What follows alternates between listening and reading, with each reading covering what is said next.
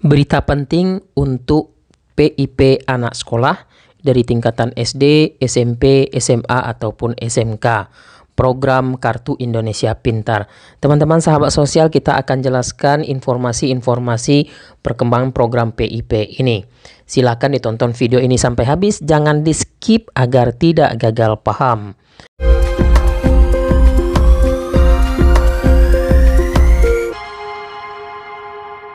Assalamualaikum warahmatullahi wabarakatuh.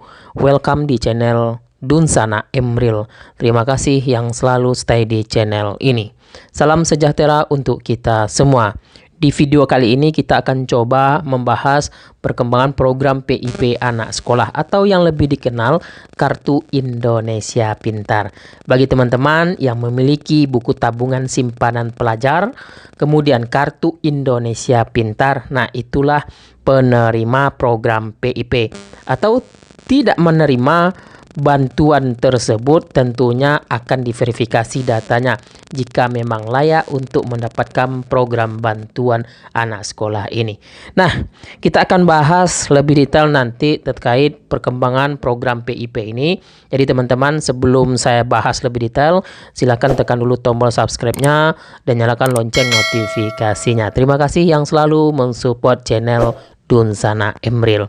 Untuk anak sekolah, peserta didik SD, SMP, SMA, ataupun SMK, bulan April ini adalah bulan pencairan program Indonesia Pintar atau Kartu Indonesia Pintar.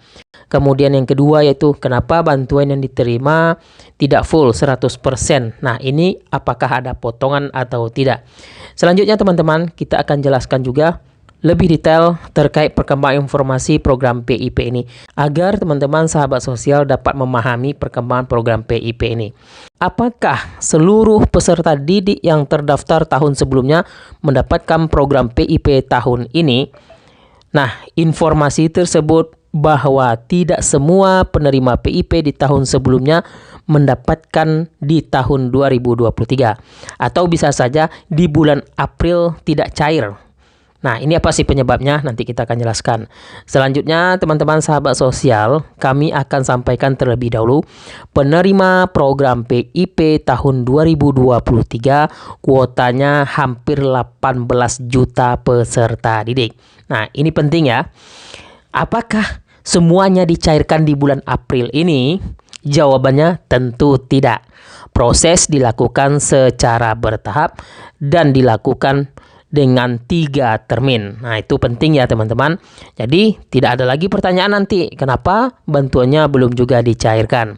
Nah, proses pencairan bantuan PIP ini dilakukan dengan 2 metode yang berbeda.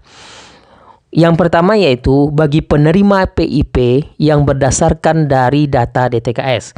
Mayoritas penerima PKH dan BPNT ataupun dari bantuan sosial Kemensos yang jelas tercatat dalam DTKS yang memiliki komponen pendidikan. Itulah yang cair di bulan April ini ketika lolos verifikasi. Namun dicatat tidak semua yang tercatat dalam DTKS itu penerima PIP karena hanya dibatasi teman-teman sahabat sosial. Tidak mungkin penerima PKH dan BPNT saja sudah 28,8 juta KPM itu tergabung ya. Nah, yang diterima hanya 17,9 juta siswa. Itu pun dibagi yang berdasarkan DTKS sekian. Kemudian poin yang kedua yaitu berdasarkan dari usulan satuan pendidikan ataupun usulan dari lembaga terkait seperti DPR, DPRD atau lembaga berkepentingan yang lainnya. Lembaga formal pokoknya. Nah teman-teman, di bulan April ini yang cair yaitu berdasarkan dari data DTKS. Total penerimanya adalah 6,2 juta penerima manfaat yang akan cair di bulan April ini. Jadi dari kuota 17,9 juta peserta didik yang hanya dicairkan di termin pertama April ini hanya 6 juta peserta didik kurang lebih. Sisanya kapan dan apakah sudah ada jadwalnya? Nah, proses penyaluran di sisa kuota tersebut yaitu dilakukan di termin kedua dan termin ketiga. Jadi teman-teman, untuk lembaga penyaluran dari Bank BRI dan Bank BNI ini tentunya ditransfer berdasarkan yang lolos verifikasi. Bagi PIP anak sekolah ini, penerima di tahun 2023 ini yang cair di bulan April berdasarkan dari data DTKS. Kemudian sisanya berdasarkan usulan satuan pendidikan. Nah, yang tidak cair apakah penerima PKH? Kalau tidak penerima PKH ataupun penerima Bansos Kemensos, artinya berasal dari usulan satuan pendidikan. Belum tentu tahun sebelumnya dapat, tahun ini dapat lagi, tergantung yang diusulkan oleh pihak sekolah. Nah, inilah telitinya pihak sekolah atau satuan pendidikan mengusulkan data-data dari penerima program PIP ini yang akan cair bantuannya nanti di termin 2 ataupun termin ketiga. Jadi teman-teman dibagi ya 3 termin dari total penerima 17,9 juta peserta didik ini. Nah, kenapa bantuannya tidak cair saat ini? Ya itu karena dibagi pencairannya di 3 termin. Yang tidak cair di termin saat ini kemungkinan besar akan cair nanti di termin kedua ataupun di termin ketiga. Sampai dengan proses penyalurannya itu di akhir tahun 2023. Kemudian informasi selanjutnya bahwa yang cair hanya 50% atau tidak full, itu artinya bagi peserta didik yang berada di tingkatan awal, yaitu kelas 1 SD contohnya, atau di tingkatan akhir kelas 6 SD, ataupun SMP juga di kelas 1 SMP atau di kelas 3 SMA. Nah teman-teman, jadi yang tingkat awal dan tingkat akhir hanya cair setengahnya saja dari total bantuan yang diterima.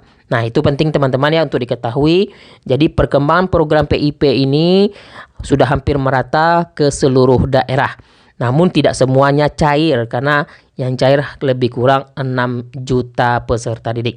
Sisanya nanti di kuota termin kedua dan termin ketiga tahun 2023. Oke teman-teman sahabat sosial, itu informasi saat ini yang bisa kami sampaikan. Nanti kita update lagi perkembangan informasi selanjutnya. Tetap koordinasi dengan pihak bank penyalur ataupun dengan pihak sekolah terkait pencairannya. Bisa dicairkan melalui orang tua langsung ataupun melalui pihak sekolah. Tentunya nanti pihak sekolah yang akan menginformasikan terkait hal ini. Terima kasih, jangan lupa di-share informasi ini, jangan lupa di-like video ini. Wassalamualaikum warahmatullahi wabarakatuh.